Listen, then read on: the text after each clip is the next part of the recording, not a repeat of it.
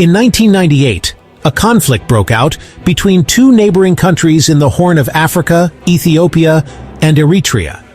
The world watched in shock as two nations, once united in friendship and shared struggle, began fighting over a small area called Badme. But this war was not just about land, it was about identity, history, pride, and survival.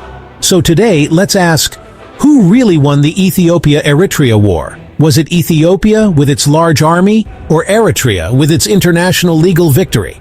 Let's go back in time to find the truth beyond the bullets. To understand the war, we must understand the past. For many years, Eritrea was part of Ethiopia, especially during the time of Emperor Haile Selassie and later under the Derg regime.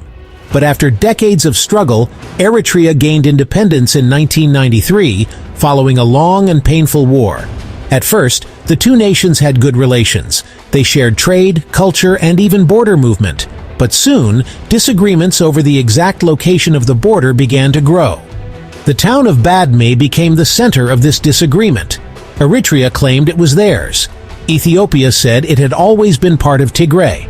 Tensions rose, and in May 1998, a clash between local forces sparked a full military conflict. The fighting quickly spread across a 1,000-kilometer border. Both sides used tanks, aircraft, heavy artillery, and large numbers of troops. Eritrea's side, Eritrea, had a population of about 4 million and mobilized up to 300,000 troops. Its military was highly disciplined, using well-built trenches and defensive positions. Ethiopia, with over 60 million people, mobilized more than 350,000 to 400,000 troops. It had the advantage of numbers and greater military resources. Many battles were long and difficult. Some observers compared it to World War I trench warfare, especially in areas like Zalambesa, Sorona, and Badme. Ethiopia's leadership, under Prime Minister Meles Zenawi, decided to use a strategy of overwhelming numbers. They believed that by using more troops, including trained army soldiers, local militias, and volunteers, they could break through Eritrean lines. This was called a war of attrition, meaning the side that could last longer and bring more forces would eventually win. Ethiopia's army made big advances in 1999 and 2000, eventually capturing disputed areas, including Badme.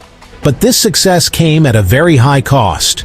Thousands of lives were lost on both sides. Some reports say tens of thousands of Ethiopian and Eritrean soldiers died, although exact numbers remain uncertain. In May 2000, Ethiopia launched a final major offensive, pushing deep into Eritrean territory. It captured towns near the border and even moved 40 kilometers into Eritrean land in some areas. Eritrea eventually agreed to withdraw, and both sides signed the Algiers peace agreement in December 2000. The agreement said a ceasefire would take place. A United Nations peacekeeping mission, UNMI, would monitor the border, and most importantly, an independent border commission would decide who owned Badme. In 2002, the Eritrea-Ethiopia Boundary Commission, or EEBC, based in The Hague, gave its ruling Badme belongs to Eritrea. This was a major diplomatic win for Eritrea. But Ethiopia did not accept the ruling fully and continued to control Badme for many years afterward. So even though Eritrea had the legal claim, the land remained under Ethiopian administration until much later. After the war ended, things did not return to normal. Eritrea became more isolated. Its economy slowed down. The government imposed strict rules and national service continued for years. Ethiopia, while stronger on the battlefield, also suffered. Many soldiers were lost. Families were affected. Billions were spent on the military instead of development. For almost 2 decades, there was no war, but no peace. Troops remained at the border. Diplomacy was frozen. Borders were closed.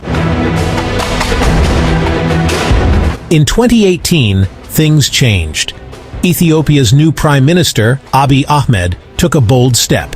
He announced that Ethiopia would finally accept the EEBC ruling. including the decision on Badme. He traveled to Asmara and met President Isaias Afwerki. For the first time in 20 years, leaders from both countries shook hands, in peace. The world celebrated this moment. Abiy Ahmed later received the Nobel Peace Prize for his efforts. But even today, some areas of the border remain sensitive, and peace is still being tested. Let's ask the question again. Who won the war? Ethiopia, Eritrea.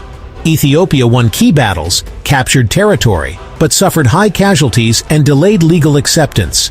Eritrea won the legal decision, defended its sovereignty, faced economic hardship, but gained international support. The answer is clear. There was no complete winner. Both sides lost something valuable. The war damaged families, economies, and trust between two nations with shared history. But the peace of 2018 showed us that healing is possible, if leaders choose unity over war. The war ended, but both countries paid the price. Ethiopia won battles, but became landlocked, losing access to the sea. Eritrea got a legal win, but its economy struggled for years. No real winner, just pain on both sides. That's why the real victory is not land. It's peace. Let this be a lesson. Peace is stronger than pride. The Ethiopia-Eritrea War teaches us an important lesson. War is easy to start, but hard to end. A few kilometers of land is not worth thousands of lives. The real victory is not taking land, but making peace. Let's hope that future generations of Ethiopians and Eritreans will choose friendship over fighting and progress over pride. What do you think? Was it Ethiopia with military power, or Eritrea with its legal victory?